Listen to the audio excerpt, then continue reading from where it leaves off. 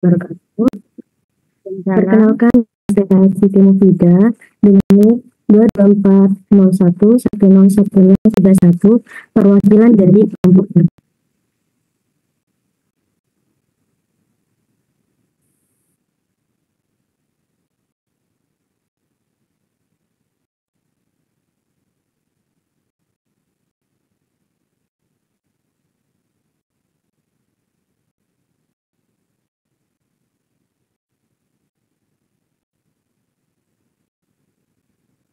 Brainstem adalah bagian otak yang menghubungkan sumsum tulang belakang dengan diencephalon.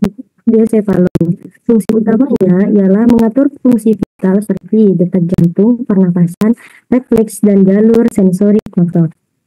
Terdiri dari medulla oblongata, spons, dan midbrain. Midbrain di sini, ini struktur dari midbrain tersebut. Spons dan medulla.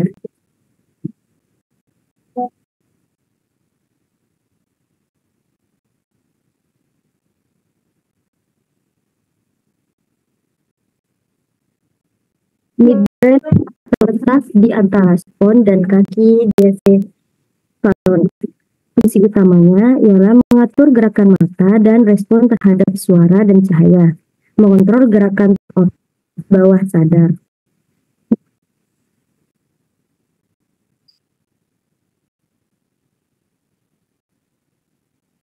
Pons di sini terletak di antara medulla dan midbrain. Fungsi utamanya ialah menghubungkan otak besar dan otak kecil, mengatur pernapasan bersama medulla oblongata, mengontrol gerakan wajah, produksi air liur, dan keseimbangan tubuh.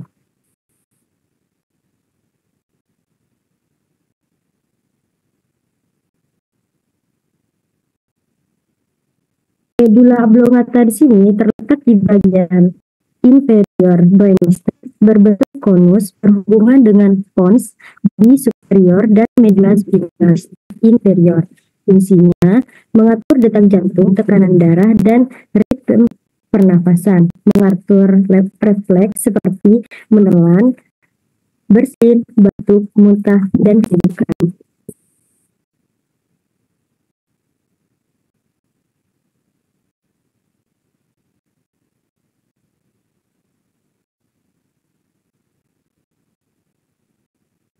Brainstem dalam sistem saraf di sini menghubungkan otak dengan sumsum tulang belakang, mengontrol fungsi otonom yang vital, mengatur jalan impuls sensorik dan motorik antara tubuh dan otak, mengandung banyak nukleus saraf cranial yang berperan dari dalam gerakan wajah, mata, pendengaran, dan keseimbangan. Terima kasih, dokter. Ada yang mau tanya?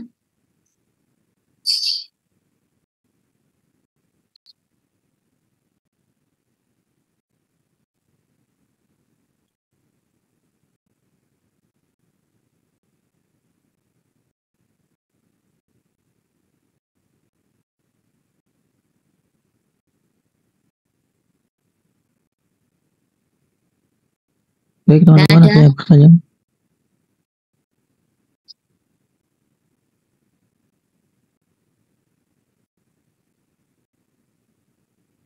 Dari teman-teman ada yang bertanya? Saya buka pertanyaan.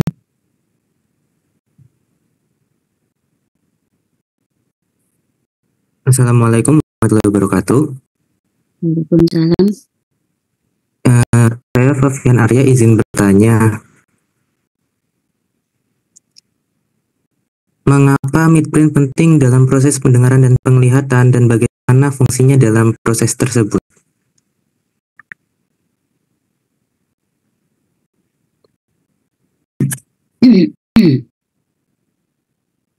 Baik, untuk kelompok 6 apakah sudah jelas untuk pertanyaannya?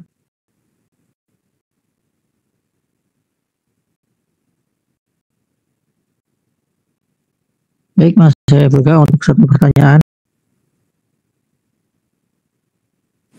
Izin bertanya. Permisi. Bagaimana sistem neurotransmitter dan locus coeruleus dan rapekulu dalam pons mempengaruhi siklus tidur, bangun, serta respon stres melalui modulasi aktivitas kortikal dalam limbik. Untuk kelompok 6, apakah sudah jelas untuk pertanyaannya?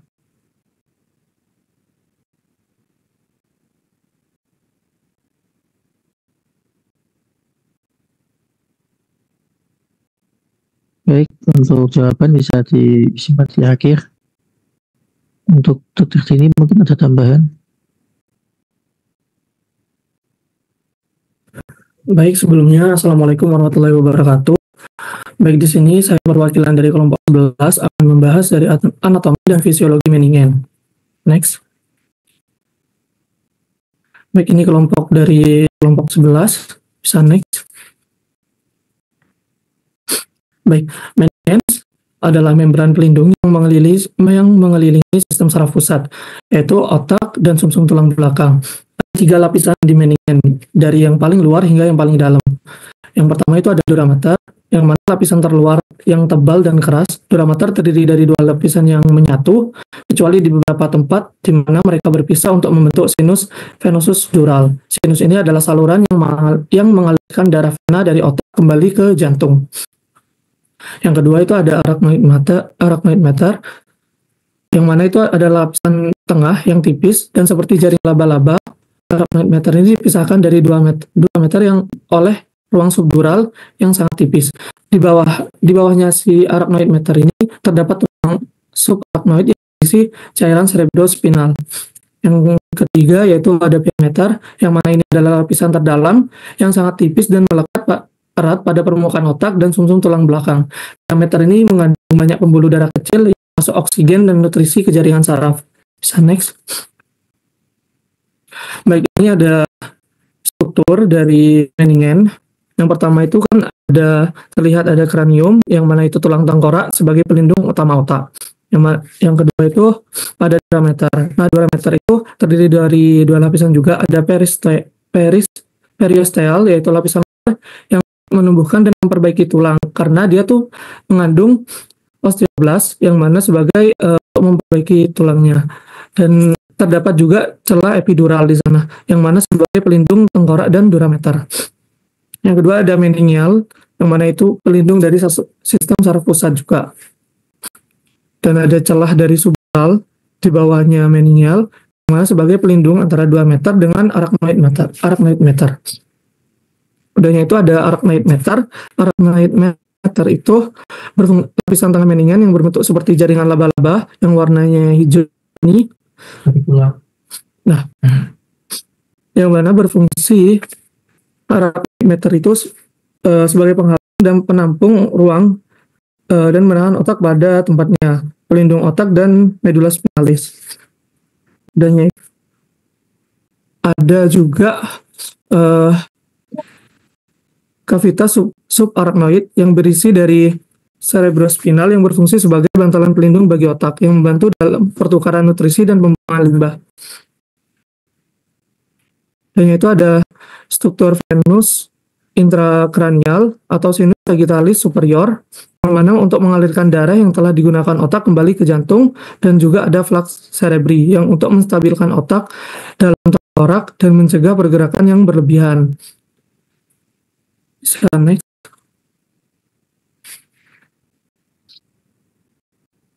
Ini ada fungsi dari meningen, yaitu sebagai perlindungan mekanis yang untuk melindungi dari cedera fisik, yaitu lapisan pelindung yang tadi kan ada dura mater yang tebal dan kuat berfungsi untuk sebagai lapisan pelindung luar dan meminimalkan dampak benturan pada tengkorak terhadap otak. Dan itu ada arachnoid mater tadi dan pia mater yang lebih halus yang memberikan lapisan pelindung tambahan yang lebih dekat dengan permukaan otak. Dan itu ada cairan cerebrospinal yang mana dalam yang berada di ruang subarachnoid yang bertindak sebagai bantalan hidrolik yang menyerap guncangan dan getaran yang dapat merusak otak. Misalnya ketika kepala mengalami benturan, cerebrospinal ini mendistribusikan gaya secara merata untuk mengurangi tekanan pada area tertentu pada otak. Yang kedua itu ada dukungan struktural yang untuk menjaga bentuk dan stabilitas dari sistem saraf pusat. Yang mana meningen ini dapat membantu menjaga otak tetap pada posisinya di dalam tengkorak, mencegah pergerakan yang berlebihan yang dapat menyebabkan kerusakan. Dan juga tadi flux cerebri yang merupakan bagian dari durameter untuk menstabilkan otak dalam tengkorak dan mencegah pergerakan yang berlebihan. Yang ketiga itu ada produksi dan sirkulasi cerebrospinal fluid, yang mana produksi dan sirkulasi cerebrospinal fluid ini berada pada subarachnoid. Cerebrospinal fluid ini diproduksi oleh plexus choroid, jaringan kapiler darah yang terletak di ventrikel otak. Cerebrospinal fluid ini mengalir melalui ventrikel otak dan masuk ke ruang subarachnoid mengelilingi otak dan tulang belakang. Kemudian cerebrospinal ini diserap kembali ke dalam aliran darah melalui sinus venosus duralis. Nah, fungsinya dari cerebrospinal tadi juga membantu dalam pertukaran nutrisi dan pertukaran nutrisi. Yang keempat yaitu ada pembentukan sinus vena yang membentuk sinus vena dural, yaitu vena yang mengalirkan darah dari otak kembali ke jantung. Durameter yang membentuk sinus ini, venosus duralis, saluran vena yang besar yang mengalirkan darah dari otak kembali ke jantung, dan sinus-sinus ini terletak di lapisan antara durameter dan berfungsi sebagai jalur utama untuk drainase vena dari otak. Darah yang telah digunakan dari otak dikumpulkan dalam sinus venosus duralis dan dialirkan ke venus jugularis yang kemudian mengembalikan darah ke jantung. Bisa next. Ini adalah lapisan dari meningen yang mana tadi dari durameter ada periosteal, ada meningal, dan subduralnya ada arachnoid meter, sedangkan subarachnoidnya ada pia meter. Bisa next. Durameter lapisan tadi yang padat dan kuat tersusun dari atas jaringan fibrosa padat. Durameter akan masuk dan membelah antara hemisfer kanan atau hemisfer dextra dan sinistra atau juga disebut viscera longitudinalis. Dura yang masuk pada viscera longitudinalis disebut flux cerebri yang tadi lalu turun hingga membelah cerebellum disebut flux cerebelli. Sedangkan bagian sulcus transversus terdapat di tentorium cerebelli. Arachnoid ini berbentuk seperti jaringan laba tadi yang warna hijau yang disebut trabecula. Ruang di antara jaring-jaring tersebut dinamakan subarachnoid, tempat di mana cerebrospinal fluid bersirkulasi, terbuat dari kolagen dan serat elastis. Pia meter yang mana lapisan dalamnya yang melekat pada organ otak. Bisa next.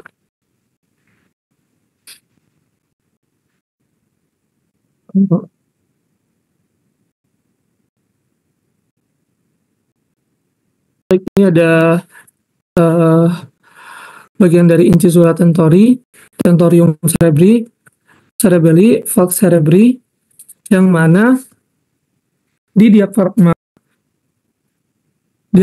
sel ini sebagai penutup dari sela tursika yang mana berisi dari fisis, lalu akan ditembus di infundibulum. Bisa next. Nah, kelainan pada meningen. Yang pertama itu ada hidrosefalus, yang mana kelainan ini terjadi di dalam otak, khususnya di ventrikel otak. Ventrikel ini adalah ruang-ruang yang berisi cairan cerebrospinal fluid, yang mana terjadi penumpukan cerebrospinal fluid dapat terjadi di salah satu antara beberapa partikel yang menyebabkan peningkatan tekanan di dalam otak.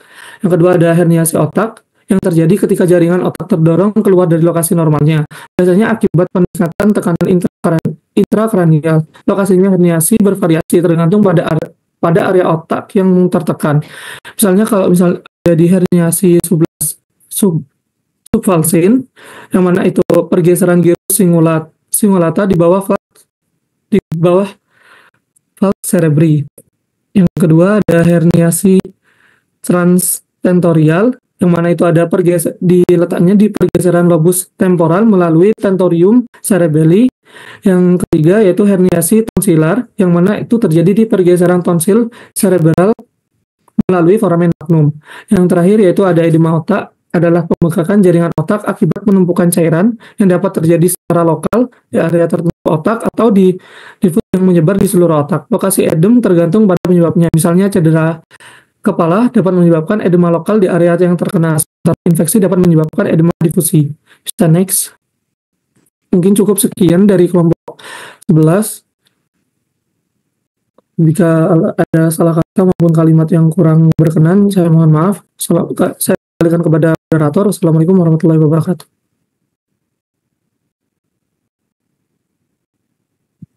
Saya buka untuk tanya jawab.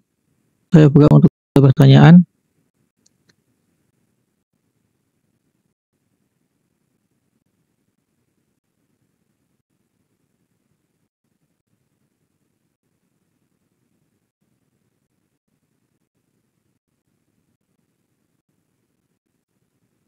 Teman-teman, saya buka untuk pertanyaan.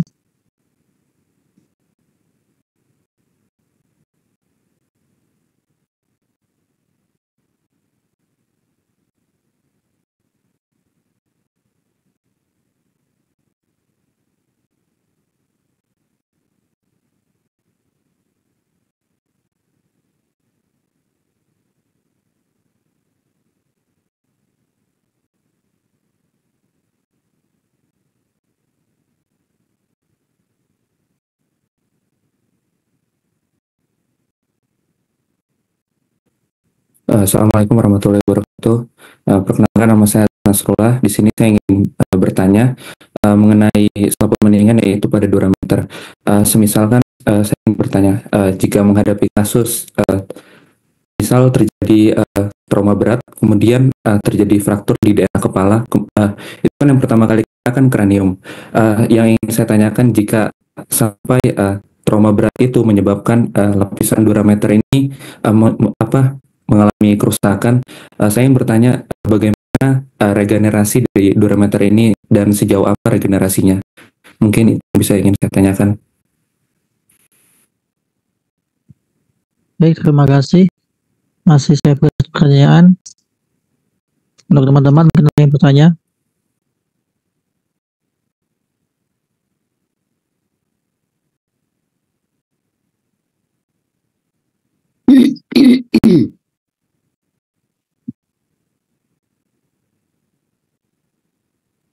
Apabila tidak ada, mungkin dari dokter ada tambahan. Enggak dulu. Sudah berat pertanyaannya.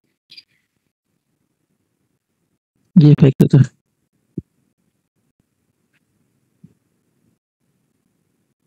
Untuk selanjutnya, melanjutkan kelompok yang ke-9. Untuk waktu dan layar, saya persilahkan. Baik, Assalamualaikum warahmatullahi wabarakatuh. Saya Nadifa Syakira ini dengan absen 224059, perwakilan kelompok 9, izin share screen.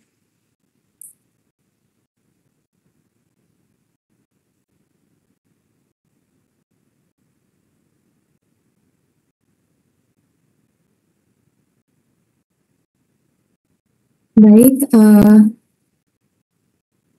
yang akan kami bahas untuk presentasi hari ini adalah mengenai tanda-tanda rangsangan meningen atau meningeal sign. Ini adalah anggota kelompok kami. Selanjutnya adalah definisi. Tanda-tanda rangsangan meningeal adalah gejala klinis yang muncul akibat iritasi atau peradangan pada meningen atau selaput yang melapisi otak dan sumsum tulang belakang terdiri dari 3 lapisan, yaitu dura mater, arachnoid mater, dan pia mater. Penyebabnya bisa dari meningitis bakterial, carcinomatosis meningeal, dan rheumatoid meningitis. Untuk anatomi meningen sendiri bisa dilihat sebagai berikut. Untuk lapisan yang pertama adalah dura mater, yaitu lapisan terluar yang kuat dan bersifat melindungi yang dekat dengan tulang. Yang kedua ada arachnoid mater, yaitu lapisan tengah yang tipis menyerupai jaring dan berfungsi sebagai pelindung serta jalur sirkulasi cairan cerebrospinal. Dan yang ketiga ada pia mater, yaitu lapisan terdalam yang melekat langsung pada otak dan sumsum tulang belakang yang berfungsi dalam pengaturan zat antara darah dan jaringan saraf. Jadi rangsangan meningeal biasanya terjadi pada meningitis, pendarahan subarachnoid, trauma kepala, atau infeksi sistem saraf pusat. Kondisi ini menyebabkan peningkatan tekanan intrakranial dan gangguan fungsi neurologis yang ditandai dengan beberapa tanda klinis yang khas. Berikut ada tanda-tanda rangsangan meningeal. Yang pertama, ada kaku kuduk atau nuchal rigidity, kekakuan pada leher yang menyebabkan kesulitan atau ketidakmampuan untuk menundukkan dagu ke dada. Langkah pemeriksaannya, yang pertama, tangan pemeriksa ditempatkan di bawah kepala pasien yang sedang berbaring, kemudian kepala ditekukkan atau difleksikan dan diusahakan agar dagu mencapai dada. Selama penekukan, diperhatikan adanya tahanan. Jika terdapat tahanan dan dagu tidak dapat mencapai dada, maka kaku kuduk dianggap positif. Untuk interpretasi hasilnya, kaku kuduk berat, kepala sulit ditekuk, bahkan cenderung terdorong ke belakang. Lalu ada kaku kuduk ringan, rasa tahanan saat menekuk kepala. Lalu ada iritasi meningen. Tahanan terjadi bila kepala ditekukkan. Rotasi kepala tetap bisa dilakukan dengan mudah.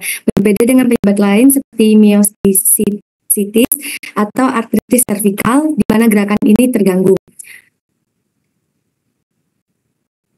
Untuk selanjutnya ada tanda LASEK. Tanda LASEK ini merupakan pemeriksaan klinis untuk mendeteksi iritasi atau kompresi saraf skiatik, plexus lumbosakral, atau iritasi meningeal. Tanda LASEK ini diuji dengan meluruskan kedua tungkai pasien yang berbaring, lalu mengangkat satu tungkai lurus dan melengkuknya di persendian panggul. Sementara tungkai lainnya tetap lurus. Normalnya sudut 70 derajat dapat dicapai sebelum muncul rasa sakit dan tahanan. Namun pada lansia batasnya adalah 60 derajat. Jika rasa sakit dan tahanan muncul sebelum sudut tersebut, tanda LASEK dianggap positif. Kondisi ini dapat terjadi pada rangsang selaput otak, ischialgia, dan iritasi plexus lumbosakral seperti pada hernia nucleus pulposus lumbalis. Pada iritasi meningeal, tanda LASEK biasanya positif bilateral. Selanjutnya ada tanda Kernig, pemeriksaan klinis yang digunakan untuk deteksi iritasi meningeal seperti pada meningitis, serta iritasi akar saraf lumbosakral, misalnya hernia nucleus pulposus atau HNP. Tanda Kernig diperiksa dengan menukuk paha pasien hingga sudut 90 derajat pada sendi panggul, lalu meluruskan tungkai bawah pada sendi lutut.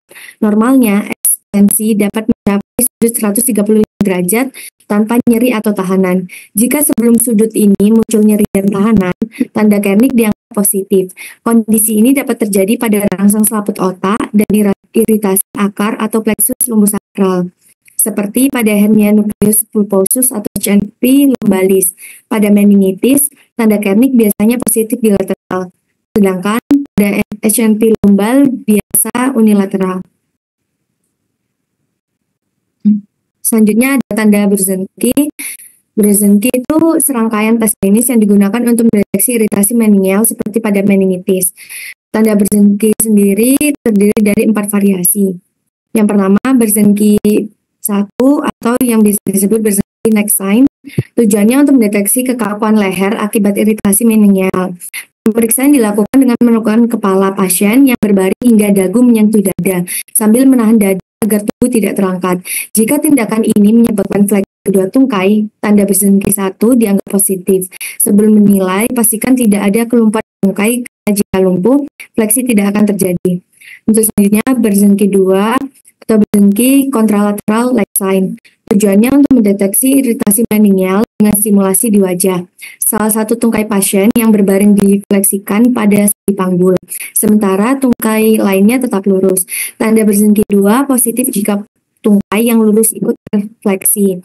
Seperti pada Brzezinski 1, pastikan tidak ada kelumpuhan sebelum menilai hasil pemeriksaan. Selanjutnya ada Brzezinski 3 atau Brzezinski symphyseal sign. Tujuannya untuk menilai iritasi meningeal dengan tekanan pada daerah pubis. Tekanan diberikan pada daerah simfisis pubis pasien yang berbaring. Jika tekanan ini menyebabkan fleksi refleks pada sendi panggul dan lutut, maka tanda Brzezinski 3 dianggap positif. Yang terakhir ada Brzezinski 4 atau Brzezinski cheek sign. Tujuannya untuk mendeteksi iritasi meningeal sign melalui gerakan refleks ekstremitas bawah. Tekanan atau tarikan pada pipi pasien menyebabkan fleksi pada lengan bawah dan ekstensi pada lengan atas. Jika refleksi ini terjadi, maka tanda bersegi 4 dianggap positif. Selanjutnya ada video tentang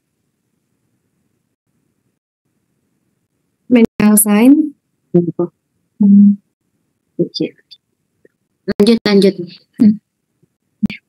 Selanjutnya ada kesimpulan. Tanda-tanda menial adalah gejala klinis akibat iritasi selaput otak seperti pada meningitis atau pendarahan subarachnoid. Tanda khasnya meliputi kaku kuduk, tanda lasek, kernik, dan bersengki yang menunjukkan peningkatan tekanan intrakranial dan gangguan neurologis. Pemeriksaan ini membantu dalam diagnosis gangguan sistem saraf pusat. Ini daftar pusaka yang kami pakai. Terima kasih. Wassalamualaikum warahmatullahi wabarakatuh. Baik, saya ucapkan terima kasih kepada kelompok 9. Saya buka untuk sesi tanya jawab. Saya buka untuk 2 pertanyaan.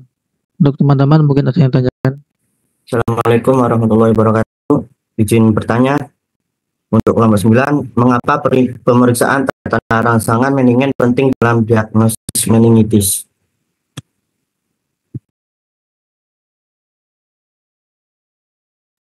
Baik, masih saya buka untuk 1 pertanyaan.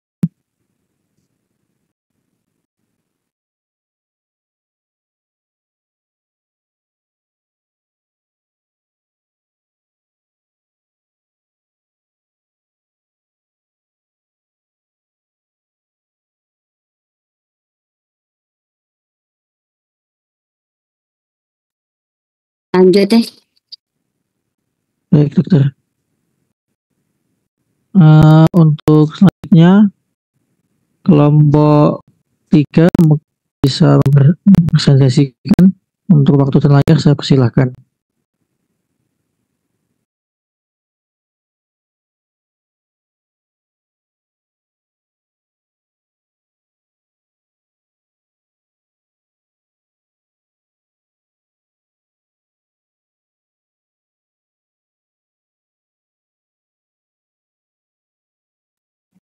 Baik, Assalamualaikum warahmatullahi wabarakatuh. Saya di sini akan menerangkan tentang fisiologi dan anatomi CSF. Next.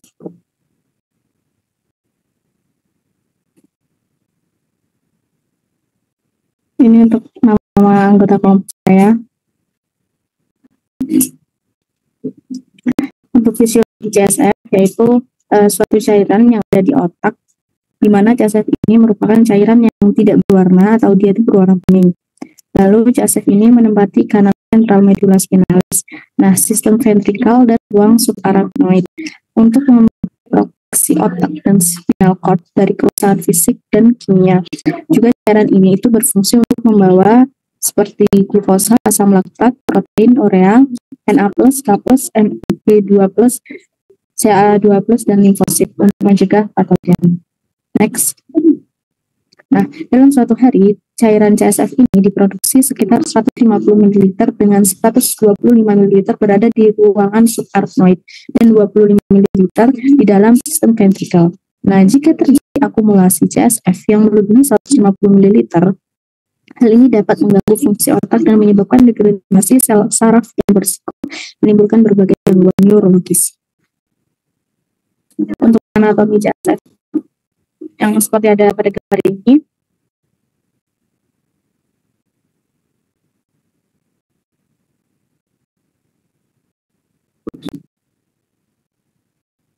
ada arachnoid granulation, ada subarachnoid space, ada meningeal durameter. Next. Untuk fungsi CSF itu dia sebagai peredam kejut dengan menyediakan cairan penyangga dan demikian otak dari cedera. Lalu dia memberikan daya apung netral yang menjaga otak tertekannya pembuluh darah dan nervus kranial terhadap permukaan internal tulang belakang.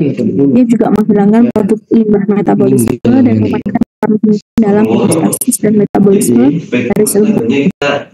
Homeostasis ini berarti pengaturan distribusi zat, misalnya elektron, antara neuroendokrin. Nah, perubahan kecil pada pH atau komposisi CSF ini dapat mengganggu suhu, kontrol tekanan darah, dan pertukaran hormon dalam struktur subkortikal. Lalu dia berfungsi juga dapat bertindak sebagai media pertukaran nutrisi dalam sistem saraf pusat. Namun otak melakukan pertukaran metabolismenya secara langsung dengan darah. Next. Ini untuk komposisi CSF-nya. CSF. Dan ini daftar pustaka yang saya berikan. Terima kasih, saya kepada ketua. Baik, saya ucapkan terima kasih kepada kelompok 3 untuk sesi pertanyaan. Saya buka 2 pertanyaan.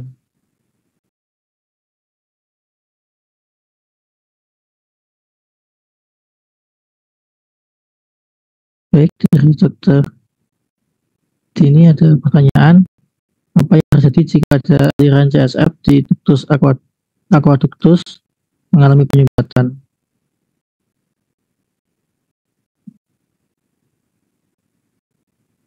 Baik, mungkin saya akan lanjutkan untuk kelompok selanjutnya.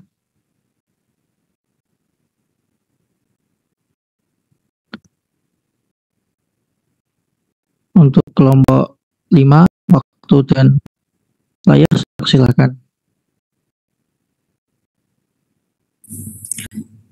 Assalamualaikum warahmatullahi wabarakatuh. Selamat siang, izin dokter, teman. Di sini saya Rizky Navarinansyah dengan NIM 224012 mewakili dari kelompok 5 akan menyampaikan ataupun memaparkan tentang materi dari kami, yaitu komposisi cerebrospinal fluid CSF.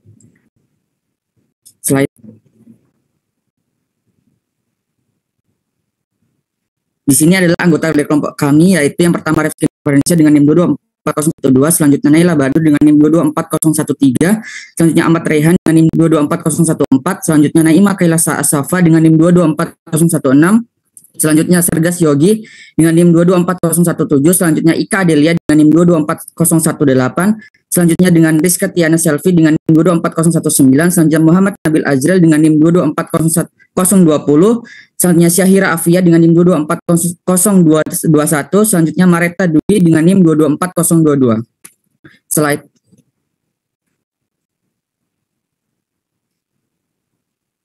Di sini cerebrospinal fluid CSF. Cerebrospinal fluid CSF merupakan cairan bening dan juga tidak berwarna, diproduksi pada plexus choroideus yang terletak di ventrikel otak, ventriculus lateralis, ventriculus tertius, dan juga ventriculus quadratus. Di sini dapat disimpulkan bahwa produksi CSF diproduksi di plexus choroid yang terletak di ventrikel otak, ventrikel lateral, ventrikel ketiga, dan juga ventrikel keempat. Selanjutnya yaitu CSF secara terus-menerus beredar melalui rongga-rongga otak dan juga sumsum tulang belakang serta di sekitar otak dan juga sumsum tulang belakang di ruang subarachnoid, ruang antara arachnoid mater dan juga pia mater. Dapat disimpulkan bahwa sirkulasi CSF di sini yaitu CSF terus-menerus bersirkulasi melalui rongga-rongga di otak dan juga sumsum tulang belakang serta di ruang subarachnoid, ruang antara lapisan arachnoid dan juga arachnoid mater dan juga pia mater. Selanjutnya yaitu CSF berfungsi untuk meredam benturan, sirkulasi nutrisi, pembuangan sisa metabolisme, serta memberikan gaya apung pada otak dan juga medula spinalis. Kesimpulannya yaitu fungsi CSF sendiri yaitu meredam benturan otak dan juga sumsum tulang belakang dari cedera. Selanjutnya sirkulasi nutrisi yaitu menyediakan nutrisi untuk jaringan otak dan juga sumsum tulang belakang, yaitu selanjutnya pembuangan sisa metabolisme, membuang produk limbah dari otak dan juga sumsum tulang belakang, dan juga yang terakhir yaitu memberikan gaya apung, yaitu mengurangi berat efektif otak sehingga mengurangi tekanan pada struktur otak. Slide.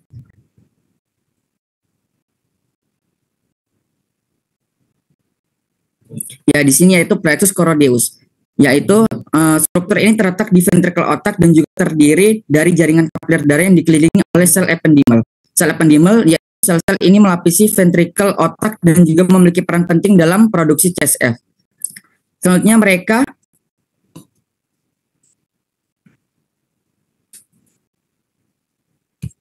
mereka memiliki mikrofili yaitu tonjolan kecil yang meningkatkan luas permukaan untuk sekresi dan juga penyerapan.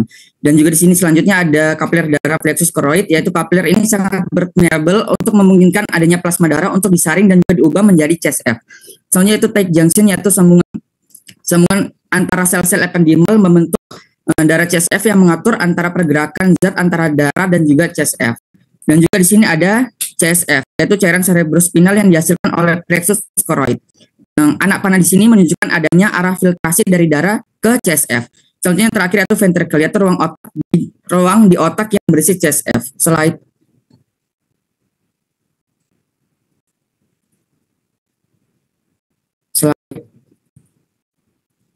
Ya, di sini yaitu cerebrospinal fluid CSF. Cerebrospinal fluid CSF diproduksi sekitar 400 sampai 600 ml per hari. Volume dari CSF sebanyak 150 liter dengan 125 ml didistribusikan ke ruang suprachnoid dan juga sebanyak 25 ml didistribusikan ke dalam ventricle otak. Sedangkan sisanya akan diserap kembali ke dalam darah melalui arachnoid, villi, dan juga perpanjangan seperti jari dari arachnoid meter yang menonjol ke dalam sinus vena dural. Yaitu di sini dapat disimpulkan bahwa produksi CSF diproduksi sebanyak 400 sampai 600 ml per hari. Volume CSF-nya yaitu volume total CSF adalah volume total CSF adalah sekitar 150 ml dan juga 125 meter didistribusikan ke ruang suprachnoid dan 25 ml didistribusikan ke ventricle otak. Dan selanjutnya itu penyerapan CSF. CSF sendiri diserap kembali ke dalam darah melalui villi arachnoid, penonjolan seperti jari dari arachnoid meter yang menonjol ke dalam sinus vena dural. Slide. Dan di sini yaitu adalah gambar arachnoid villi, yaitu penonjolan kecil dari membran arachnoid yang menonjol ke dalam sinus vena dural dan juga berfungsi sebagai katup satu arah memungkinkan adanya CSF mengalir dari ruang suprachnoid ke dalam sinus vena dural. Sinus vena dural yaitu saluran vena besar yang terletak di antara lapisan durameter otak. Tempat CSF yaitu diserap kembali ke dalam aliran darah. Ruang suprachnoid yaitu ruang antara membran arachnoid dan parameter yaitu yang berisi CSF. Dan selanjutnya itu membran meninges, yaitu lapisan pelindung yang mengelilingi otak dan juga sumsum tulang belakang. Terdiri dari durameter, arachnoid meter, dan juga pia meter. Dan juga yang terakhir yaitu otak, yaitu jaringan saraf kompleks yang dilindungi oleh membran meninges dan juga tengkorak. Slide.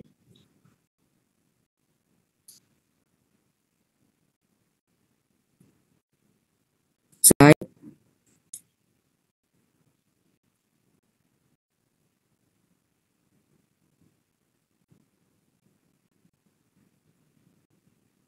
Izin slide. Naila kemana Naila?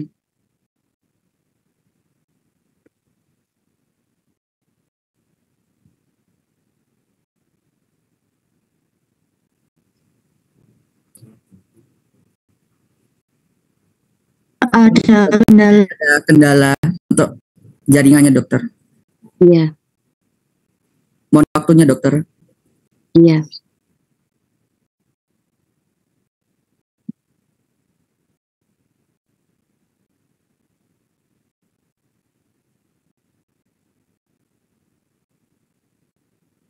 Enggak satu slide ya? Siap, izin dokter, kira tinggal satu slide lagi dokter. Ya.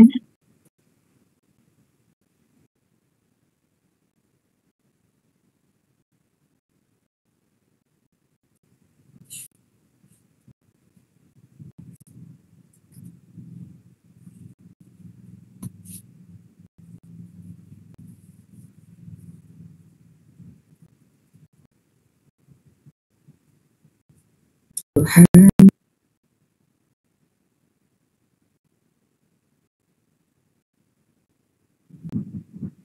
Slide.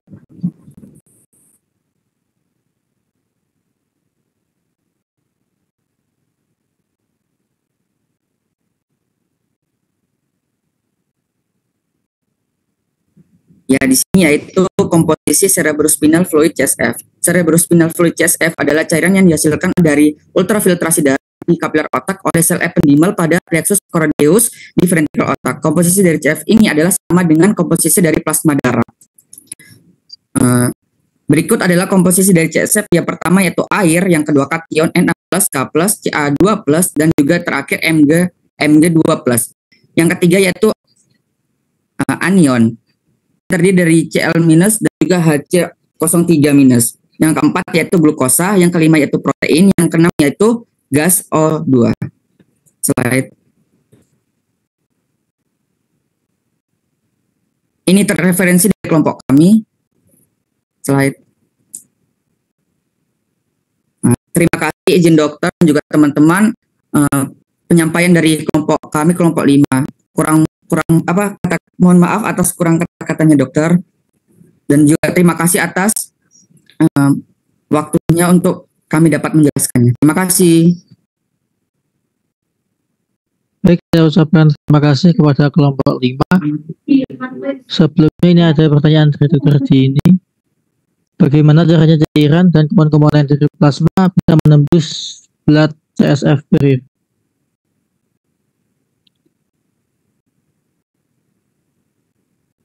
Lalu selanjutnya saya buka untuk saya tanya jawab. Kepada teman-teman saya buka 2 pertanyaan. Izin bertanya. Perkenalkan, nama saya Nurfadia Isnaini dengan NIM 22401101063. Izin bertanya kepada kelompok 5, kalau semisal ada infeksi bakteri, apakah komposisi dari cairan cerebrospinalnya berubah? Oke, sekian.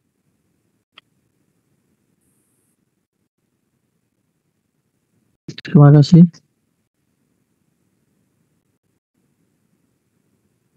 Masih saya satu pertanyaan untuk teman-teman, ada yang ditanyakan?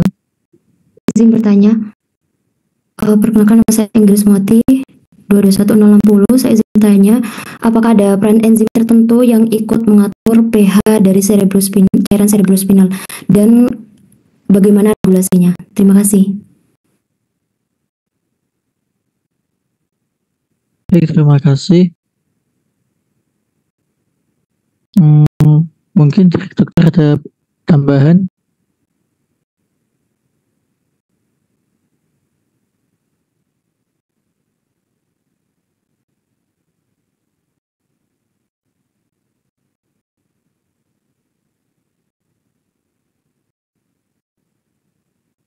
Lanjut, sudah banyak pertanyaannya.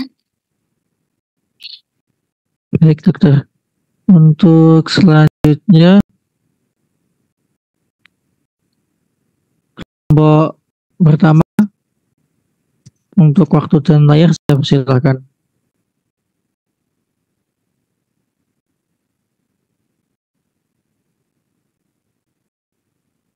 Baik, Assalamualaikum warahmatullahi wabarakatuh. Perkenalkan, nama saya Abdul Alim dengan NIM 21071. Di sini saya sebagai perwakilan dari kelompok 1 akan mempresentasikan tentang anatomi dan fisiologi vaskulasi otak pada arteri. Untuk yang pertama yaitu pada vaskulasi kepala. Untuk otak sendiri itu divaskulasi oleh arteri karotis interna dan juga arteri vertebra. Untuk arteri karotis interna sendiri ini akan lanjut ke sirkus Willisi, tetapi pada arteri optamika tidak langsung ke sirkus Willisi, tetapi langsung ke arteri optamika. Lalu juga setelah itu lanjut ke sirkus Willisi, dan juga untuk arteri vertebralis langsung menuju ke sirkus Willisi dan akan bertemu dengan arteri karotis interna dengan arteri komunika posterior. Lalu untuk setelah sirkus Willisi itu akan bercabang menjadi 3, yaitu pada arteri cerebri anterior, arteri cerebris media, dan arteri cerebri posterior. Nanti akan terdapat gambaran pada sirkus Willisi yang akan dijelaskan pada gambar selanjutnya. Ini adalah vaskulasi otak pada tampak inferior. Jadi yang terpenting itu ada 3 bagian arteri cerebri yang vaskulasi otak, yaitu arteri cerebri media yang digambarkan pada ini itu, lalu juga arteri cerebri anterior dan juga arteri cerebri posterior. Ini adalah gambaran dari sirkus Willisi atau circulus arterius cerebri. Kenapa disebut circulus Willisi? Karena ini seperti memutari dan menyambung pada arteri karotis interna pada bagian dexter dan sintra, dan juga menyambung pada arteri vertebralis. Untuk arteri vertebralis sendiri itu juga disambung oleh disupport oleh arteri spinalis anterior dan arteri spinalis posterior. Untuk arteri vertebralis sendiri juga memvaskularisasi cerebellum, yang dimana itu cerebellum itu divaskulasi melalui arteri inferior posterior cerebelli dan juga arteri inferior anterior cerebelli. Lalu setelah itu yang arteri vertebralis ini menyambung melalui arteri basilaris dan lalu menyambung hingga ke arteri cerebri posterior. Dan arteri vertebralis ini itu menyambung dengan arteri karatis interna melalui arteri komunikans posterior. Itulah kenapa disebut arteri komunikans, karena itu sebagai penyambung antara arteri karatis interna dan arteri vertebralis. Lalu setelah itu untuk arteri karatis interna ini akan bercabang ke arteri cerebri media dan juga arteri cerebri anterior. Untuk pelajarannya akan dijelaskan pada slide berikutnya. Ini jika vaskulasi otak pada tampak samping, ini pada lobus temporalis jika dibuka itu akan tampak arteri karatis interna. Nah, arteri karatis interna ini akan bercabang ke arteri cerebri anterior. Lalu juga jika diteruskan ke atas maka terdapat cabang pada arteri cerebri media. Untuk arteri cerebri anterior, arteri karatis interna ini menyambung terus hingga ke ramus gyrus angularis dan juga arteri paritas posterior. Ada juga yang masuk ke darah pada arteri sulci postcentralis dan juga arteri sulci centralis. Itu juga bersuplai pada area arteri sulci presentalis. Ini adalah vaskulasi pada posterior cornea fossa. Ini lebih ke menunjukkan pada vaskulasi pada otak cerebellum. Untuk cerebellum sendiri itu dimulai dari arteri vertebralis, lalu di sini bercabang hingga mensuplai cerebellum melalui pada di bagian inferior sehingga disebut inferior posterior cerebelli. Lalu juga di sini juga mensuplai darah pada cerebellum yang disebut sebagai arteri superior cerebelli. Ini adalah suplai darahnya. Digambarkan di sini untuk arteri cerebri anterior itu mensuplai frontal, parietal, dan gyrus presentalis. Jadi pada yang berwarna biru ini adalah disuplai oleh arteri cerebri anterior. Lalu untuk saja itu arteri cerebri media. Untuk arteri cerebri media sendiri itu mensuplai permukaan area kortikal dan juga gyrus postcentralis. Untuk yang disuplai itu adalah bagian yang kuning sini, tetapi pada bagian sini tidak disuplai, melainkan hanya disuplai oleh arteri cerebri anterior dan juga arteri cerebri posterior. Untuk arteri cerebri posterior sendiri itu mensuplai pada area occipital, itu bagian belakang, dan juga area temporal. Lalu juga yang pada bagian cerebellum dan juga trunkus encepali itu disuplai oleh arteri basilaris dan juga arteri vertebra. Lalu juga untuk yang chiasma opticum yang seperti tadi arteri optik itu langsung disuplai oleh arteri karatis interna. Ini adalah gambar untuk yang otak diblastus secara horizontal, itu yang pada ungu ini disuplai oleh arteri anterior, arteri cerebri anterior yang mensuplai area caput nuklei caudati.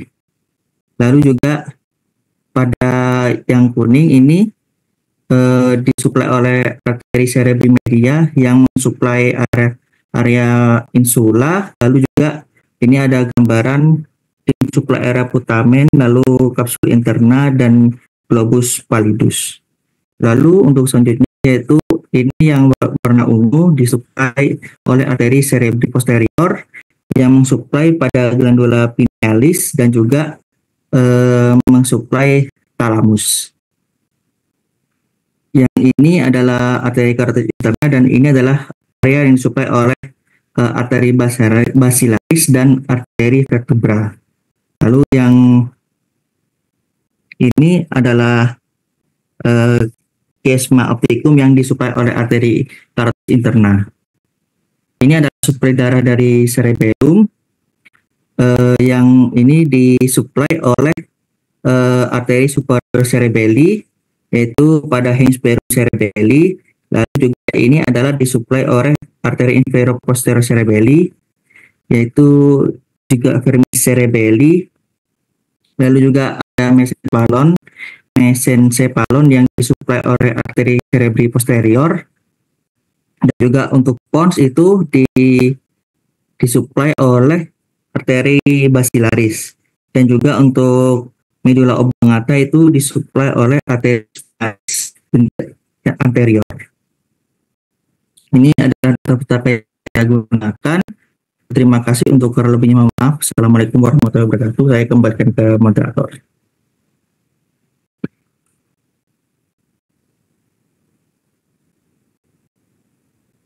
Baik, saya ucapkan terima kasih kepada kelompok 1. Saya buka untuk sesi tanya jawab. Dari teman-teman mungkin ada yang tanyakan.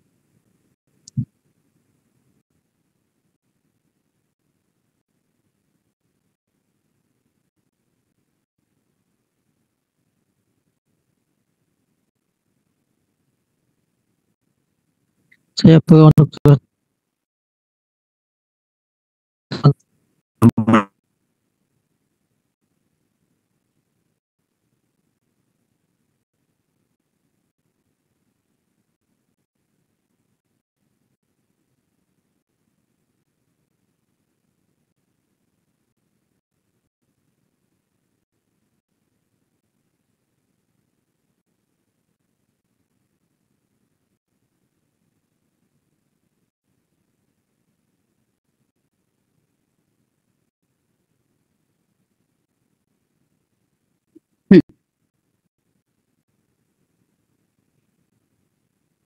bila belum ada, mungkin dari dokter ada tambahan.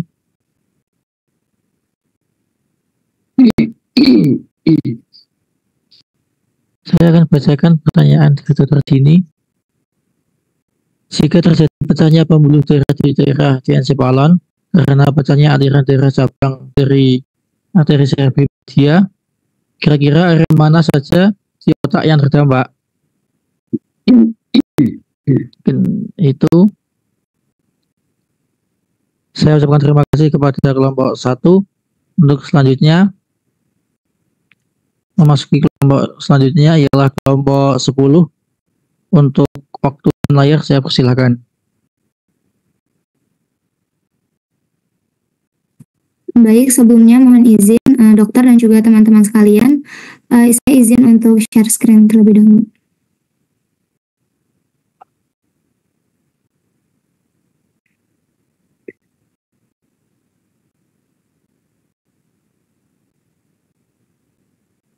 Baik, sebelumnya perkenalkan nama saya Naila Rahmatul Zakia, dengan NPM 224 01101065, perwakilan dari kelompok 10 akan mempresentasikan terkait anatomi dan fisiologi pembuluh darah otak, yaitu di pembuluh darah vena. Baik, di sini nama kelompoknya. Kepada kelompok 10, saya persilahkan anggota dari kelompok 10, saya persilahkan untuk raise hand dan juga on cam.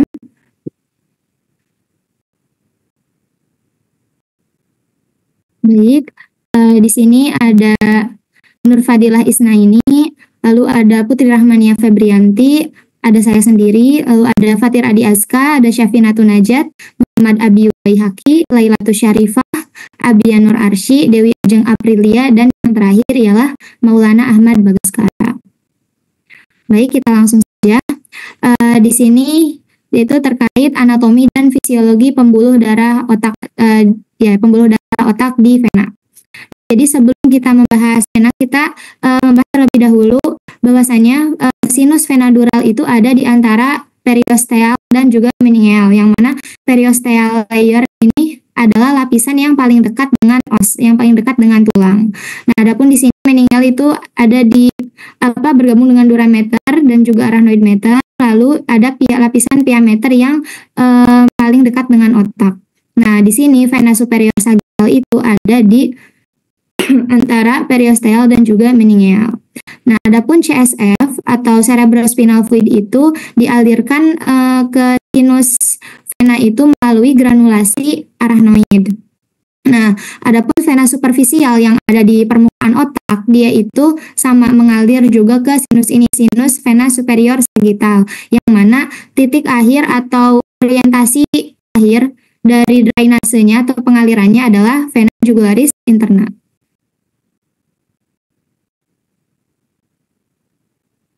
Baik, selanjutnya di sini kita bisa melihat ada vena jugularis interna. Nah, vena jugularis interna ini mengembalikan darah ke jantung melalui beberapa tahap atau melewati beberapa bagian. Yang pertama itu dari vena jugularis interna, dia akan bergabung ke vena subclavia. Nah, di vena subclavia ini sebenarnya akan bergabung dengan vena subclavia menjadi vena brachiocephalika atau vena innominata, yang mana itu nama anatomi lamanya, dan akan berlanjut ke vena cava superior. Dan dari ini akan dilanjutkan ke antrium jantung, entah itu dextra atau sinistra. Nah, baik, lanjut di sini. Nah, di sini ada sinus sagittal superior ya. Kita bisa lihat di sini sinus sagittal superior, yang mana orientasi dari sinus sagittal superior ini ialah bidang sagittal yang berjalan di perbatasan falx cerebri. Falx cerebri itu lipatan durameter di antara hemisfer cerebri, hemisfer dextra dan juga sinistranya. Itu di tengah-tengahnya itu ada sinus sagittal superior. Nah, di sini kita bisa lihat lebih jelas ada sinus sagittal superior ini mulai dari berjalan dari foramen caesum, berjalan ke posterior, lalu dan akan berakhir atau melakukan percabangan di protuberantia occipitalis internal atau di tonjolan, ya ini kita bisa lihat di tonjolan os occipital, di protuberantia occipitalis interna. Nah, nanti dari vena cerebri superior ini dia akan berjalan melalui sinus sagittal superior dan akan terhubung dengan sinus-sinus lainnya. Ada percabangan di sinus-sinus lainnya. Di antaranya ada sinus rectus atau straight sinus, lalu ada di sini itu ada sebelumnya ada torcular heropili, yang mana torcular heropili ini ialah pertemuan antara sinus-sinus lainnya. Percabangan sinus-sinus ini akan mencabang menjadi sinus rectus, lalu sinus transversus sinistra, sinus transversus dextra, dan juga sinus occipitalis. Baik, lanjut di sini. Nah, di sini kan tadi kita sudah membahas mengenai sinus sagittal superior. Nah, di sini ada juga sinus yang lebih kecilnya, kita bisa lihat itu namanya sinus sagittal inferior. Nah, sinus sagittal inferior ini berjalan ke posterior yang berakhir di sinus rectus. Nah, di sinus rectus ini terbentuk dari sinus sagittal inferior dan juga vena cerebral atau vena galeni. Di sini kita bisa melihat ya, otaknya kita hilangkan terlebih dahulu. Di sini kita bisa lihat lebih jelas ada sinus sagittal inferior, lalu ini sinus rectus, ada vena galeni, yang mana vena galeni pun itu terbentuk dari gabungan vena cerebral interna dan juga vena basalis prosentalii. Baik, selanjutnya di sini ada tadi di torcular heropili tadi dia akan bercabang menjadi sinus transversus sinistra dan juga sinus transversus dextra. Nah, di sini kita bisa melihat lebih jelas dari sinus transversus tadi dia akan menuju ke sinus sigmoid, mengalirkan darah ke sinus sigmoid. Nah, sinus sigmoid ini ada yang dextra dan juga ada yang sinistra. Nah, dari sinus sigmoid ini dia akan masuk ke foramen jugularis, yang pada akhirnya akan menjadi vena jugularis interna. Nah, tadi kita sudah membahas mengenai foramen jugularis ya. Nah, di sini ada juga foramen magnum, yang mana dari foramen magnum ini ada sinus occipital yang memanjang ke torcular heropili dan akan mencabang menjadi sinus transversus dextra dan sinistra. Nah, di sini kita bisa lihat ada sinus rectus, yang mana perpanjangan dari sinus rectus ini dia tadi dari sinus rectus dari sinus transversus. Nah, dari sinus transversus tadi dia akan membuat perpanjangan menjadikan tadi sigmoid, sinus sigmoid. Nah, dari sinus sigmoid itu dia akan memanjang ke sinus cavernosus di bagian lateral ini hipofisis yang ada di dekat sela turcica. Nah, selanjutnya di sini kan tadi ada sinus cavernosus ya. Ada sinus cavernosus yang mana sinus cavernosus pun dia memiliki perpanjangan ke vena ophthalmicus superior dan juga vena ophthalmicus inferior. Nah, lalu selanjutnya di sini tadi sudah dibahas ada sinus cavernosus. Nah, lalu ada pun perpanjangannya di sini itu ialah ada sinus petrosus superior, yang mana seperti namanya dia ini ada di petrosus tulang temporal. Nah, di sini adapun di daerah sini itu, daerah sinus cavernosus ini dia itu melewati beberapa nervus ya. Ada nervus oculomotorius, ada nervus trochlearis, ada nervus abducens, ada nervus ophthalmicus, lalu ada nervus maxillaris yang ini. Nah, yang mana masing-masingnya itu nervus oculomotorius ini dia itu berfungsi untuk mengatur gerakan mata. Nah, sedangkan nervus trochlearis itu dia berfungsi untuk mengatur otot oblik superior mata. Nah, sedangkan untuk nervus ophthalmicus yang ini dia itu berfungsi untuk sebagai pengatur sensasi bagian wajah atas. Nah, sedangkan selanjutnya yaitu nervus maxillaris yang ini, nervus maxillaris dia itu berfungsi untuk mengatur sensasi wajah bagian tengah, sedangkan yang terakhir nervus abducens yang paling kecil ini dia berfungsi untuk mengatur otot rectus lateralis mata. Nah, di sini adapun nervus tadi bagian dari sinus cavernosus ini itu menjadi bagian yang penting karena biasanya patologi itu sangat berpotensial terjadi di sini, entah itu ada infeksi tumor metastasis atau trombosis sinus cavernosus. Baik, sekian dari saya. Terima kasih. Mohon maaf apabila ada salah kata atau kurang penjelasan. Wassalamualaikum warahmatullahi wabarakatuh. Assalamualaikum warahmatullahi wabarakatuh. Saya ucapkan terima kasih kepada presentator.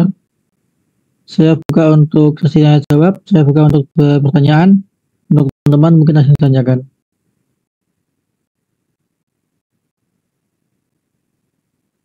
Assalamualaikum warahmatullahi wabarakatuh. Izin bertanya. Perkenalkan saya Selaris Tailanda dengan NIM 224010. Dari materi yang dijelaskan, bagaimana efek peningkatan tekanan intrakranial terhadap sistem venosus di otak? Terima kasih.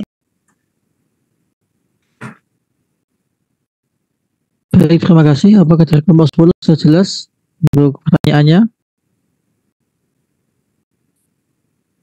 Sudah. Baik. Masih saya buka satu pertanyaan untuk teman-teman. Ada yang tanyakan?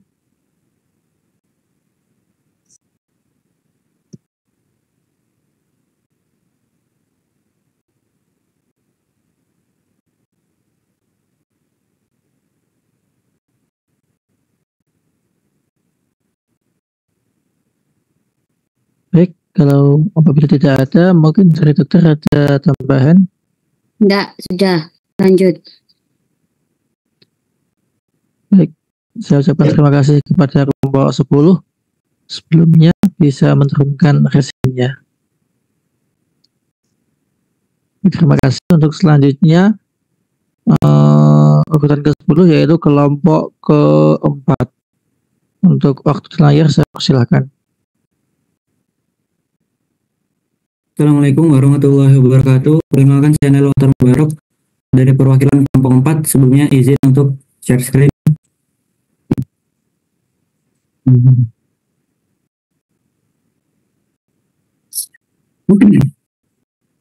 Baik, di sini kami akan menjelaskan tentang anatomi fisiologi blood-brain barrier.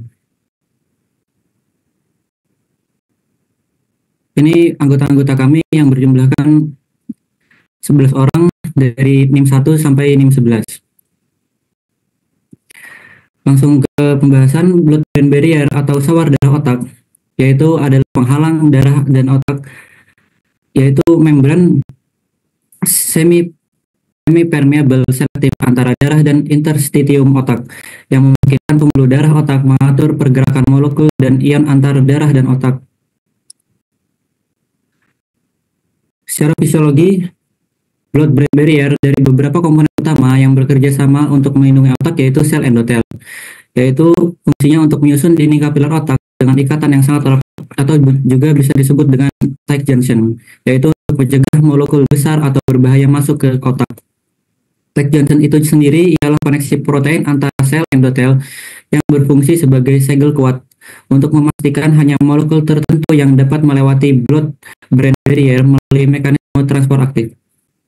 Selanjutnya ialah perisit, yaitu sel khusus yang terletak di dekat sel endotel, yaitu berfungsi untuk mengatur aliran darah, menstabilkan dinding pembuluh darah, dan menjaga ketahanan serta fungsi blood-brain barrier. Kemudian ada astrosit, yaitu sel glia yang ujungnya memiliki bungkus kapiler otak, yaitu berperan dalam pembentukan dan pemeliharaan ikatan antar sel pada endotel serta mendukung struktur blood-brain barrier. Kemudian fungsi dari blood-brain barrier itu sendiri ialah melindungi otak dari perubahan zat kimia dalam darah, yaitu mengatasi pertukaran zat antara darah dan cairan interstitium otak untuk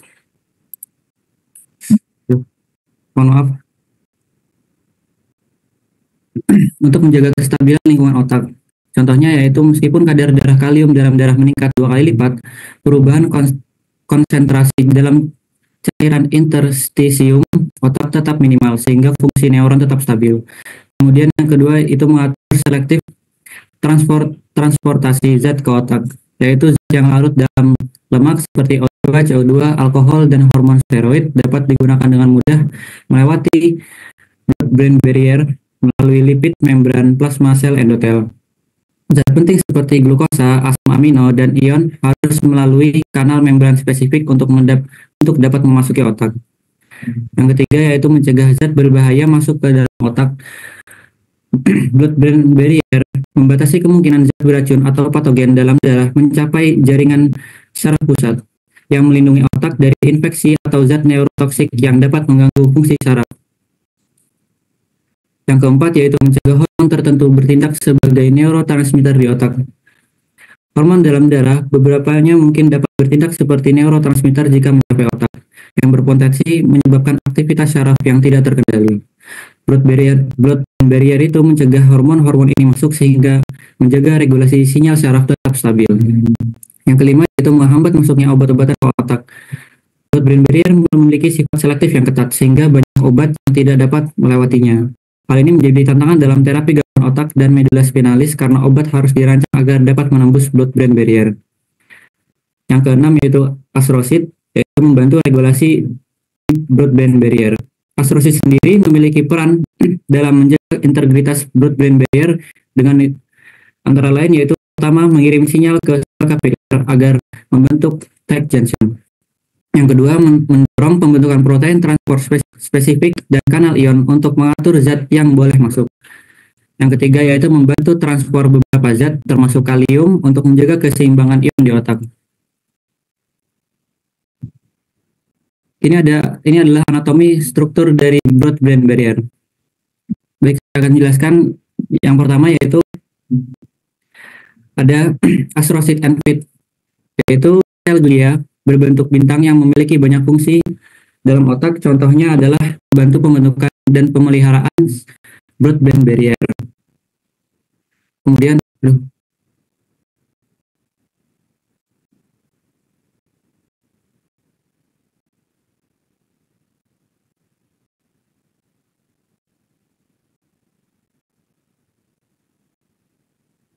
maaf, saya ulangi. Astrosit ialah sel glia berbentuk bintang yang memiliki banyak fungsi, contohnya yaitu membantu pembentukan dan pemeliharaan blood-brain barrier, mengatur aliran darah ke otak, dan mengatur keseimbangan kimiawi di sekitar neuron. Kemudian ada sel endotel. Sel endotel sendiri ialah sel yang melapisi bagian dalam semua pembuluh darah, termasuk kapiler otak. Fungsinya yaitu membentuk penghalang fisik yang sangat selektif antara darah dan jaringan otak. Kemudian vascular basement membran, yaitu membran dasar vaskular yang mengelilingi endotel pembuluh darah. Fungsinya yaitu memberikan dukungan struktural bagi pembuluh darah. Kemudian yang tengah ini darah, ini adalah bagian dari dalam pembuluh darah. Kemudian ada periset, yaitu sel yang membungkus sel endotel kapiler, yang membantu menstabilkan pembuluh darah, berperan dalam pengaturan aliran darah, dan berperan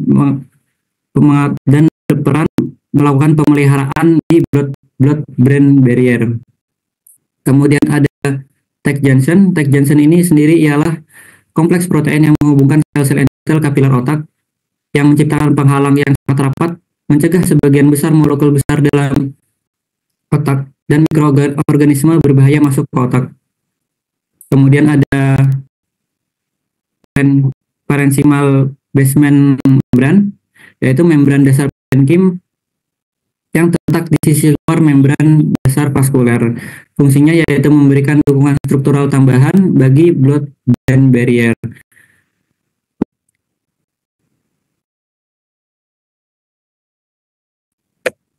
Ini sudah saya sebutkan tadi, struktur-struktur anatomi dari blood-brain barrier.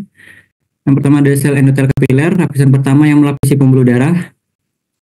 Basal lamina, yaitu lapisan tipis kolagen dan polimer yang terletak di bagian sel endotel, memberikan fondasi struktural yang memperkuat blood-brain barrier. Kemudian ada varisit, yaitu sel yang mendukung struktur dan fungsi blood-brain barrier. Ada astrosit, yaitu sel glia yang ujungnya membungkus kapiler otak dan berperan dalam pembentukan dan pemeliharaan ikatan antar sel pada endotel. Kemudian ada protein transport, yaitu untuk memungkinkan masuknya zat penting seperti glukosa dan asam amino. Baik, cukup sekian dari kami. Saya kembalikan kepada moderator. Terima kasih. Terima kasih kepada kelompok 4. Saya buka untuk sesi jawab. Saya buka untuk pertanyaan dari teman-teman, mungkin saya tanyakan. Mohon izin bertanya. Perkenalkan, nama saya Ferry Cynthia Septianovela dengan NIM 224-092 untuk kelompok 4. Pertanyaannya, apakah cara kerja dari blood-brain barrier itu sama dengan selaput Meiningen ataupun cerebrospinal fluid yang melindungi otak? Apakah sudah cukup jelas? Ya, sudah cukup jelas. Terima kasih.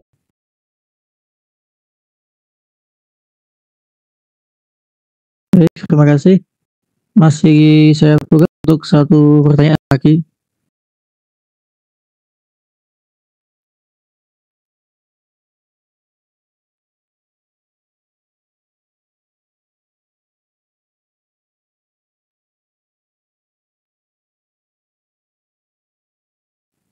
Ingin bertanya, ini perkenalkan saya Indonesia dari MBN berdasarkan 70. Ini saya izin bertanya menyangkut dengan anatomi pembuluh darah yang di otak. Kira-kira apa yang menjadi perbedaan yang antara pembuluh darah yang ada di otak dan di perifer, atau sehingga apa yang menjadi perbedaan antara pembuluh darah di perifer dan di otak yang sangat signifikan, karena dari fisiologinya saja sudah berbeda. Mungkin saya sebutkan singkat. Untuk jelasnya akan saya tulis di kolom. Terima kasih. Baik, saya ucapkan terima kasih. Mungkin dari dokter ada tambahan? Ya, udah. Baik, dokter, terima kasih. Saya ucapkan terima kasih kepada kelompok 4 untuk selanjutnya. Kelompok 12 untuk waktu dan layar saya persilahkan.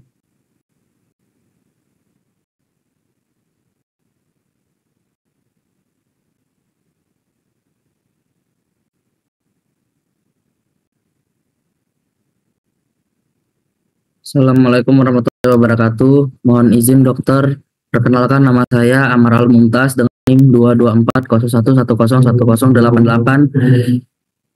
Di sini saya dari kelompok 12 izin menjelaskan tentang mapping kasus. Sebelumnya ini adalah anggota kelompok saya, yaitu Naila Hanifah Salma, Zaskia Amalia Meka, Naufar Hadratul Ais, Muhammad Iman Hasan, Amar Al Mumtaz, Putri Nabila Salwa, Alisa Putri Sin, Putri Nurhayu, Ferry Sentia Septianovela, Muslihat Amaniyah, dan Muhammad Haikal Gazi.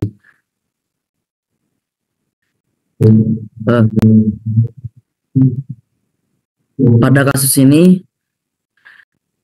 pasien seorang gadis diantar oleh ibunya ke rumah sakit dengan gejala 2 hari sebelumnya, yaitu demam tinggi dan leher kaku, dan gejala 2 hari setelahnya yaitu mata kabur, disorientasi, muntah sebanyak 6 kali, sakit kepala, lemas, dan mengantuk. Dokter melakukan pemeriksaan CSF dan didapati pada pasien protein meningkat, terdapat bakteri gram positif, dan glukosa menurun. Dan dokter mendiagnosis yaitu pasien terkena infeksius meningen. Penyebab protein meningkat yaitu peningkatan permeabilitas pembuluh darah, produksi protein oleh sel-sel inflamasi, dan kerusakan jaringan. Ini disebabkan oleh patogen yang masuk ke dalam tubuh. Untuk glukosa, penyebab glukosa yang menurun yaitu konsumsi glukosa oleh mikroorganisme dan peningkatan sel inflamasi. Ini juga disebabkan oleh patogen yang masuk ke dalam tubuh, sehingga didapati penumpukan CSF dan menyebabkan hidrosefalus. Sekian dari saya. Apabila ada salah kata, saya kembalikan kepada moderator. Baik, terima kasih. Mungkin ada pertanyaan dari teman-teman. Saya buka untuk 2 pertanyaan.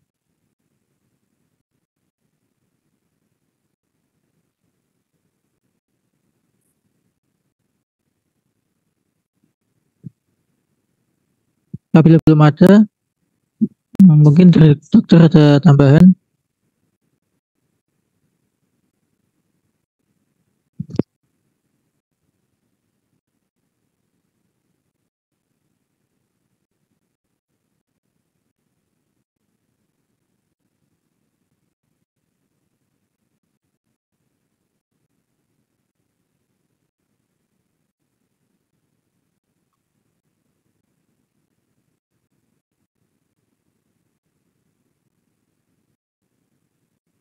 Apabila tidak ada, mungkin dari dokter ada tambahan. Ini sudah di kolom chatting. Baik, dokter, saya bisa.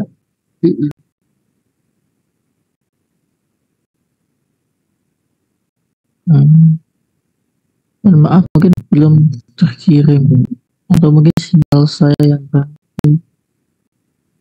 Mengapa terjadi penumpukan CSF pada kasus ini? Kemudian apa alasan dokter mengajukan pemeriksaan CSF?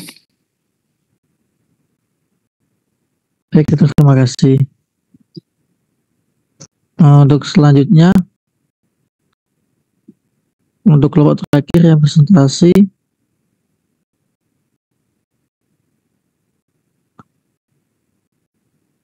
untuk kelompok 8 untuk waktu dan layar saya persilahkan. Baik, izin untuk share screen ya dokter.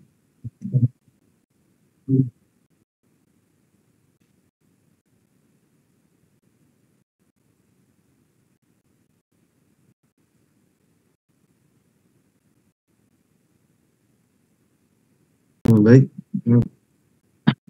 saya akan mempresentasikan mapping konsep. Untuk saya dari kelompok 8, di sini ada anggota-anggota nama saya. Ada Ahmad Munawar Siddiq, Diana Anggarena Puspita Sari, Ova Yuyun TC, Aulia Asia Sobirina, Arnella Clara, Ahmad Naufal, Dara Zahira, Raditya Abror, Widya Nugraha, dan Alfi Syakila. Untuk konsepnya sendiri, yaitu yang pertama otak. Otak memiliki pelindungan yang terbagi menjadi 3, yaitu cerebellum, sama brainstem. Nah, otak terbagi juga menjadi untuk perlindungannya, yaitu ada 3 tersebut, dan otak sendiri terbagi menjadi 2, ada meningen dan juga blood-brain barrier. Nah, untuk blood-brain barrier-nya itu strukturnya itu ada sel endotel, tingjustin, sel gliak, astrosit, dan membran basal. Untuk fungsinya sendiri ada 3, yaitu melindungi otak. Yang pertama, yang kedua mengatur molekul, dan yang ketiga menjaga keseimbangan kimia otak. Molekul yang dapat menebus BBB yaitu racun, patogen obat, dan molekul besar serta protein. Setelah itu akan untuk langsung transfer pasifnya itu didifusikan melalui difusi molekul lipofilik dan ditransfer ke transport aktif. Nah, untuk selanjutnya itu sisi selanjutnya itu meningen. Meningen itu terbagi menjadi 3, ada durameter, ada aragonoid meter, ada piameter. Yang dijadikan satu di Plexus chronodeus. Nah, chronodeus sendiri terbagi menjadi 2, yaitu sel epitel plexus chorodeus dan kapiler penetrasi. Untuk sel epitel plexus chorodeus itu memiliki tingjustin yang menghasilkan BSCFB. Nah, untuk kaliber fermentasinya itu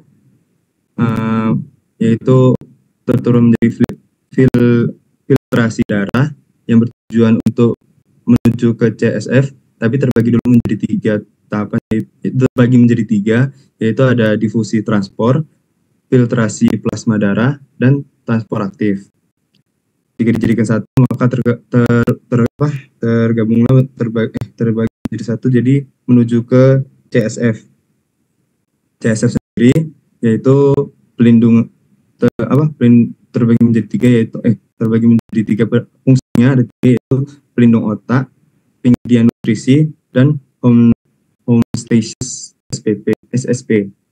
Nah, CSF sendiri itu terbagi menjadi teruraikan menjadi vertikal otak yang terbagi menjadi 3, terletaknya di 3 tempat, yaitu di lateral, di bagian 3, dan juga di bagian 4. Nah, untuk saringan fertilisasi otaknya sendiri itu melalui filiaranoid yang terbawakan oleh sinus sagittal yang melalui sinus sagittal superior. Mungkin cukup dari saya. Terima kasih. Terima kasih kepada kelompok 8. Saya untuk Pertanyaannya, bagaimana misalnya virus HIV itu bisa masuk dan menginfeksi meningen?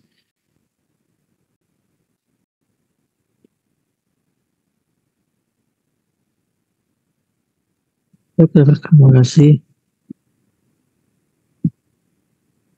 Untuk setelahnya kita sudah presentasi semua dari kelompok 1 sampai 12. Mungkin untuk sesi selanjutnya ya sesi menjawab pertanyaan. Akan dimulai dari kelompok 7. Untuk kelompok 7 mungkin bisa menjawab jawabannya.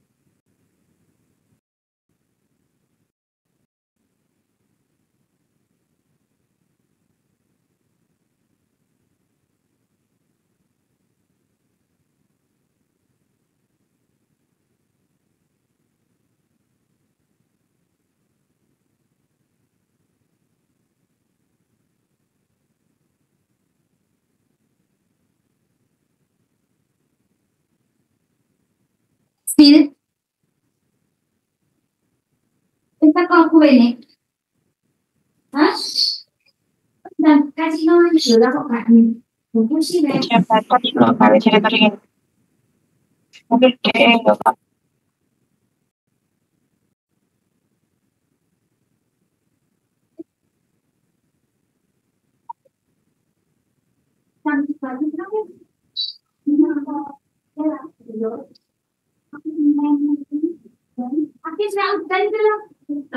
Nah, iya makanya turun terus. Mbak Nur sih không betul sebelah, sebelah masjid persis itu loh. Bagaimana untuk kelompok 7? Apakah sudah siap untuk memaparkan jawabannya? Ini langsung dijawab apa nunggu dokter bikin terlebih dahulu?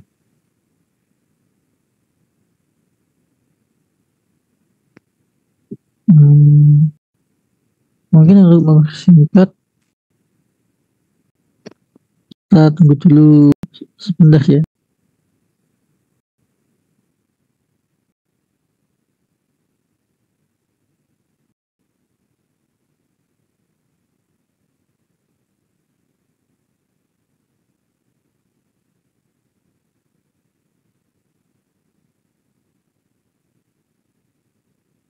Mana? Kok gak ono suara nih? Baik untuk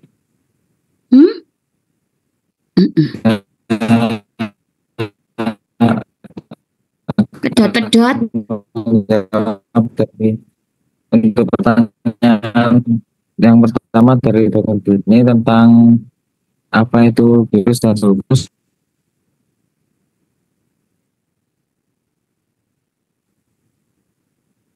Baik, mungkin untuk menjawab pertanyaan yang pertama dari dokter ini tentang apa itu virus dan sulcus.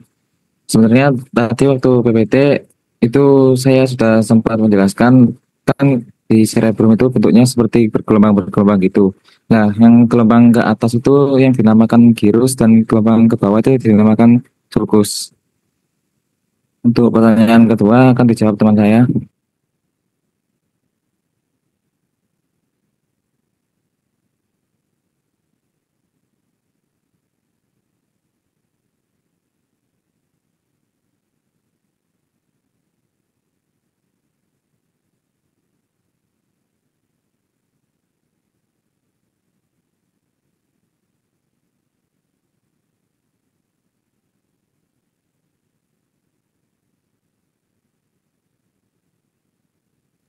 Baik, izin untuk menjawab pertanyaan kedua tentang fungsi dari masing-masing lobus. Untuk yang pertama, fungsi dari lobus frontalis yaitu adalah untuk memulai dan mengatur gerakan motoris seperti berbicara dan berperan dalam proses berpikir atau elaborasi pikiran. Kemudian untuk yang kedua, fungsi lobus parietalis adalah untuk menerima stimulus somatosensibel, kemudian memori yang berkaitan dengan bahasa dan belajar. Kemudian yang ketiga, fungsi lobus temporalis adalah untuk menerima sensasi audiotorik dan turut mengatur pembicaraan melalui pendengaran. Kemudian untuk yang terakhir, fungsi lobus dari occipitalis adalah sebagai pusat dari penglihatan. Sekian dari saya, terima kasih. Masih kurang banyak ya. Jadi lobus frontalis itu fungsinya banyak sekali. Yang pertama memang fungsi motoris ya. Jadi dia mengatur gerakan motoris yang sifatnya volunter, kemudian berperan di dalam proses berpikir, kemudian memori, kognitif, pertimbangan, kemudian kreativitas, terus kesadaran ya. Itu adalah fungsi dari lobus frontalis. Kemudian juga proses bicara yaitu di area Broca. Berikutnya lobus parietalis itu somatosensor ya. Jadi rangsangan bukan hanya rangsangan sentuh saja. Jadi ada rangsangan sentuh, getar, nyeri, suhu, kemudian juga rasa ya. Terus nyeri sudah ya. Kemudian lobus occipital memang khusus untuk proses penglihatan, robust temporalis itu untuk proses pendengaran, kemudian juga bahasa ya. Jadi adanya area wernik yang merupakan persepsi dari bahasa. Baik, terima kasih dokter. Untuk yang kedua, saya persilakan kelompok 2 untuk menjawab pertanyaan. Minta Dek Bilkis. Assalamualaikum warahmatullahi wabarakatuh. Izin menjawab. Pertanyaan yang untuk yang nomor 2, yaitu pertanyaannya saya perlu ketahui dulu nih, sensor mana cerebellum itu menerima informasi dari berbagai area korteks melalui jalur. Kok mati? Jelek nih. Izin, apakah suara saya terdengar? Sudah. Nah, izin menjawab dokter dari awal dokter. Nah, jadi cerebellum sendiri itu mendapatkan informasi dari berbagai bagian otak. Cerebellum, bukan cerebrum. Cerebellum dokter, cerebellum. Gitu, Pak. Jadi cerebellum sendiri mendapatkan